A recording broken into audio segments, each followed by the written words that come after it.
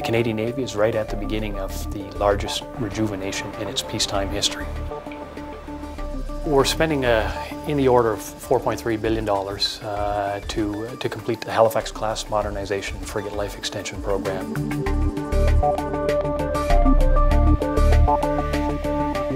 The ships were designed in the Cold War, and I think they were designed for Cold War missions. That would have meant largely anti-submarine warfare work and anti-surface warfare work, and the line between Greenland, Iceland, and the United Kingdom as part of Cold War readiness and deterrence. That is an open ocean. Ironically, just as these ships were about to be delivered based on that design, the wall fell, Cold War ended, and although initially everyone thought that there would be a great peace dividend, in fact, the experience has taught us the other way. There's been more hotspots, more troubles in all of the tough neighborhoods of the world. And so we've been employing and leveraging the capability that was built into the frigates for employment around the world. We've brought it into the littoral, and we've faced a different kind of threat. We were, of course, able to do that because of the capacity built into the ship and by adapting our tactics. Orbital Captain, Seadrift 180 to operate. Hi, sir. I'm the captain of HMCS Halifax, the first of 12 Halifax-class frigates built in the 1990s. Halifax herself was commissioned in 1992. I name you HMCS Halifax. God bless the ship and all who sail on her.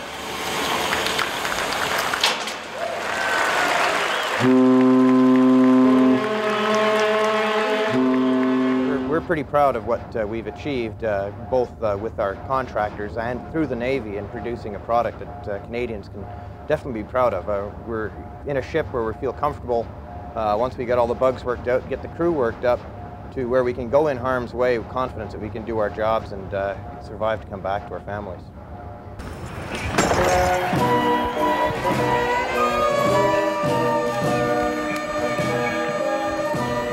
Calgary, 6th in a line of 12, joins her natural element. But before she commissions into the fleet, 18 months of fitting out lie ahead of her, when she's transformed from this bare hull and superstructure to a powerful, smart warship, a warship of very considerable capability. She's one of 12 new Canadian patrol frigates. They'll all be afloat by the mid-90s.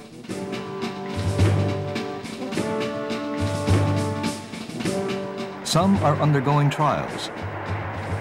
Others are fitting out. And the remainder are still under construction. Halifax, lead ship of the class, was delivered to the Navy in the summer of 1991. The last and 12th ship in the program, HMCS Ottawa, is on schedule for delivery in 1996. We expect HMCS Calgary and her sister ships to provide for our maritime needs for many years to come. They're modern technological marvels. They will meet our needs close to home and meet our needs around the world. It is the ship that we need, I believe, for the 90s and for the turn of the century. Well, Calgary is the second ship of the HM Felix program. The first one was HMCS Halifax, which is on the East Coast. So we are the second that went through the project itself, the extended work period, and the Halifax class modernization. HMCS Winnipeg was commissioned in 1995. And at that time, we had a command and control system that was designed in the late 80s, implemented in the 90s, and we've had it on board for the past 20 years. Vancouver's weapon systems are probably some of the most advanced in the world. However, the level of integration that we've achieved in this ship with all the different computer systems and the command and control system that run the ship are probably the gem of what makes the ship what it is and makes the ship the most advanced combat system in the world. When this ship was built in 1992, the 486DX chip had just been released in the computing world, which means that You couldn't support a 486DX computer running Windows 3.1 now if you wanted to. You wouldn't be able to find software to run it. You wouldn't be able to get spare parts for that computer. And warships are no different than that.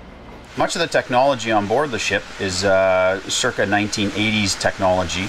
And of course, missile technology and other weapons advance. And so as we're now in the 2010 and beyond time frame, it's necessary to update a lot of the electronics and some of the mechanical systems to bring the ship up to a level that they can deal with a modern threat. Torpedo, torpedo, torpedo, bearing 045! Ocelot Choro, 2 FBA closing our force from the northeast. Let me know when you have eyes on, and we're looking for wings dirty and we're looking for bomb toss. These ships didn't come out equipped with the internet. There were no networks on board. In fact, there wasn't even space on the desks for computers. One of the bigger changes that we're going to see on board the new class of ship is we're going to go from the current consoles, which do not have any IT workstations at them. We have a lot of laptops on board at present, to a console that integrates both unclassified and classified networks at the workstation, which will allow the user to actually see in real-time communications via chat networks and via email to other units, notably other NATO units.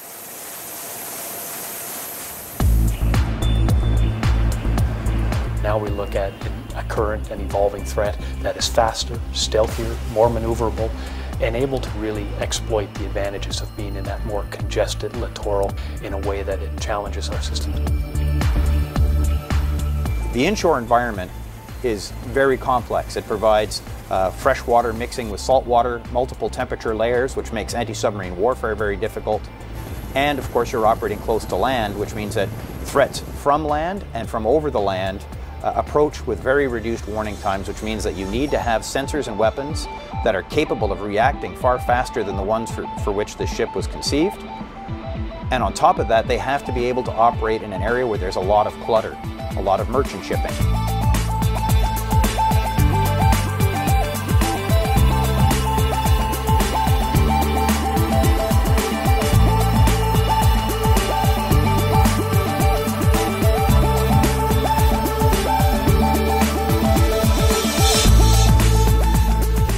A lot of land and islands where threats can hide and can strike you with virtually no notice, which means that you lose your reaction time. In order to buy that reaction time back, you have to basically build and buy new sensors with a lot of processing capability in order just to see what's going on in order to defend yourself when you're operating close inshore.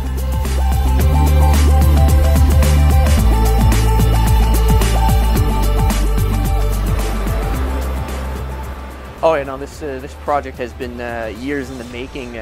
Much of it has been happening both at the Ottawa level in the designing and planning, as well as right here in the fleet with just interacting with the individuals who operate on board these ships and asking them what needs to be upgraded, what are you finding out. Every time we put to sea, we go through a lessons learned process where we actually report back on what types of things our counterparts have improved upon and how we found it difficult to integrate or if we had any issues along the way, what kind of things we need to do to upgrade our systems. So that's all been fed back now to Ottawa, and they were able to integrate all those different requests as much as possible into the new design and development, so that way they're responding to the changes that we've identified here within the fleet ourselves. Considering that we're going to be operating the Halifax-class frigates for the next 15 to 20 years, it's vitally important that we have that midlife upgrade. Generally speaking, in shipbuilding programs, you don't really hit your efficiency stride till you're into about the 6th ship of a production program. To a large extent, despite all the modern technology in shipbuilding is still an art, particularly the steel building part. Ships are still handmade by skilled artisans. So skilled tradesmen that do the work in the ship, even in a modernization like this, have to learn their business, be it how to efficiently run cables in the ship, how do we efficiently remove equipment, how do we efficiently install equipment. So being first of class is difficult because, of course, you're the platform in which everybody learns those hard lessons.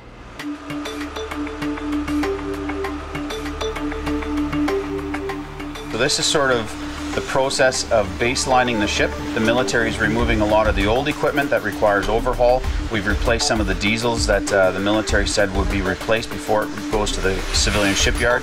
And we're removing all of the extra things that were added to the ship, destoring it, defueling it, removing all the ammunition, getting it ready to turn over to the civilian shipyard. And that is about a 6-month process to remove everything from personal clothing and bunking to the 20 years worth of spare parts that have been on board to the ammunition and fuel. It's an extremely busy process for the ship. There's not just activity going on in the ship with the ship's company. There's people coming and going from the fleet maintenance facility all hours a day, 24/7. Most things have to be removed or changed or cleaned. There's hundreds and hundreds of people coming on board and leaving throughout the day, and then there's thousands and thousands of things that have to be done on board before it can be officially signed over to the shipyards where they actually engage in the heavy changes.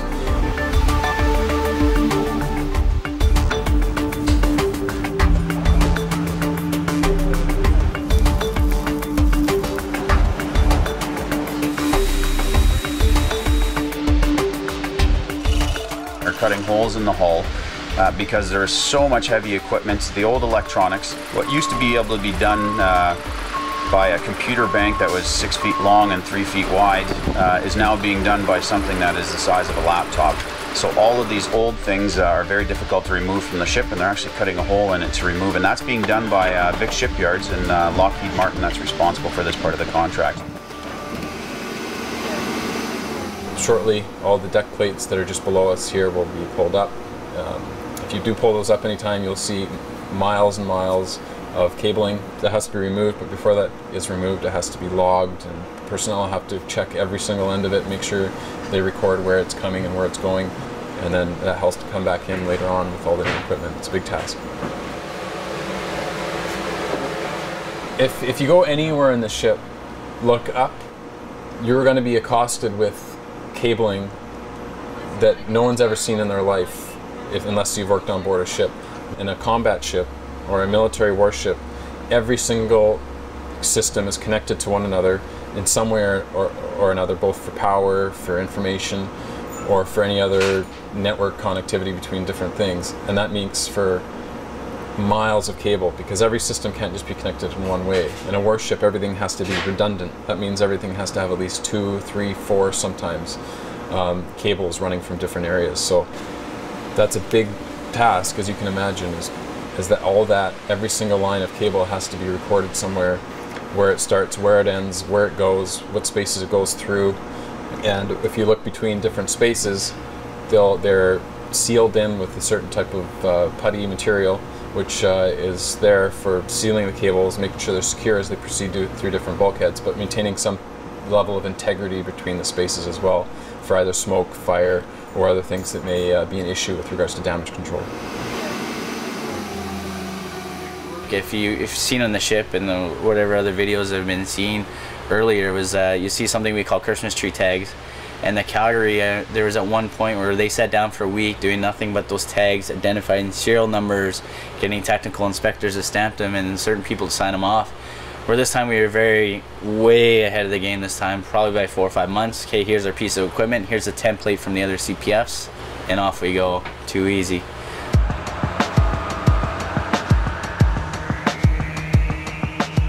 We're just shy of the 2-month mark from us handing actually over to the civilian side of it. And the last person on board the ship is going to be the CO right here on the bridge, and he's going to sign the document over, and the ship's going to go over completely dark, which is very rare for a ship to leave the security of a jetty all tied up to transit via tugs with no power and no propulsion to stop us. In early May, we are going to be transitioning to the next part where the ship is actually signed over to another agency, which then turns it over all in one process to the civilian shipyard. So it ceases being a naval ship controlled by the Navy and will be signed for by Victoria Shipyard Limited. And at that time, my whole staff will be functioning ashore, and the crew will be brought down to about only 40 people for care and custody. I think that's it there, Christian. That looks a lot better. That looks like it's centered.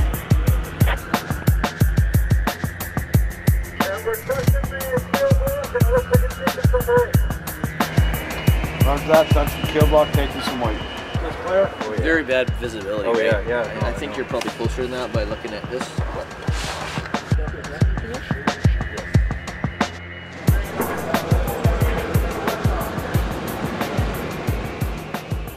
I'm here just to assist on behalf of the QAR, just make sure that things are going according to the contract. But now today, as you can see, it's getting dried out very soon. I'm going to go down there and move around and see if the boat sits on the block in accordance with the plan. And I'll walk around all the kill blocks and the bilge blocks and see everything is in perfect condition.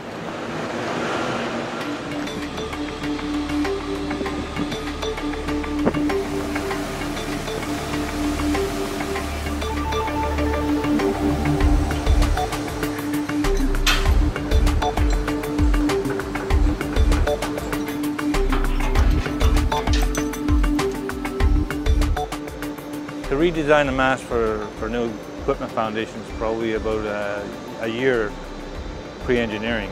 But once the ship gets on the blocks, I have to go and survey the existing equipment and feed that information back to St. John to our fabrication facility, and they build that new mast structure in accordance with the new drawings, but to match the existing structure. Once that's built, they deliver it here to Halifax, and we install it, and I have to then align it to the ship's conditions and training lines and planes. It's a testimony to an excellent design right from the start that we've only had to change a few foundations to accommodate all the new technology, and these ships will provide service to Canada for another 20 years.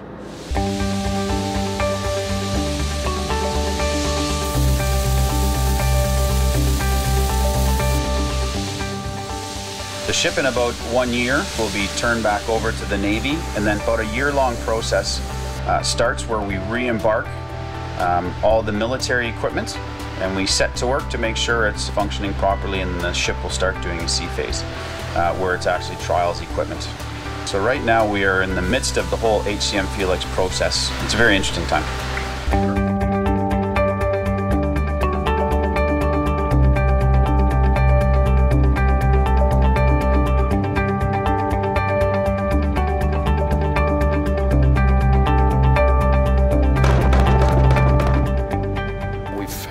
Employing and leveraging the capability that was built into the frigates for employment around the world.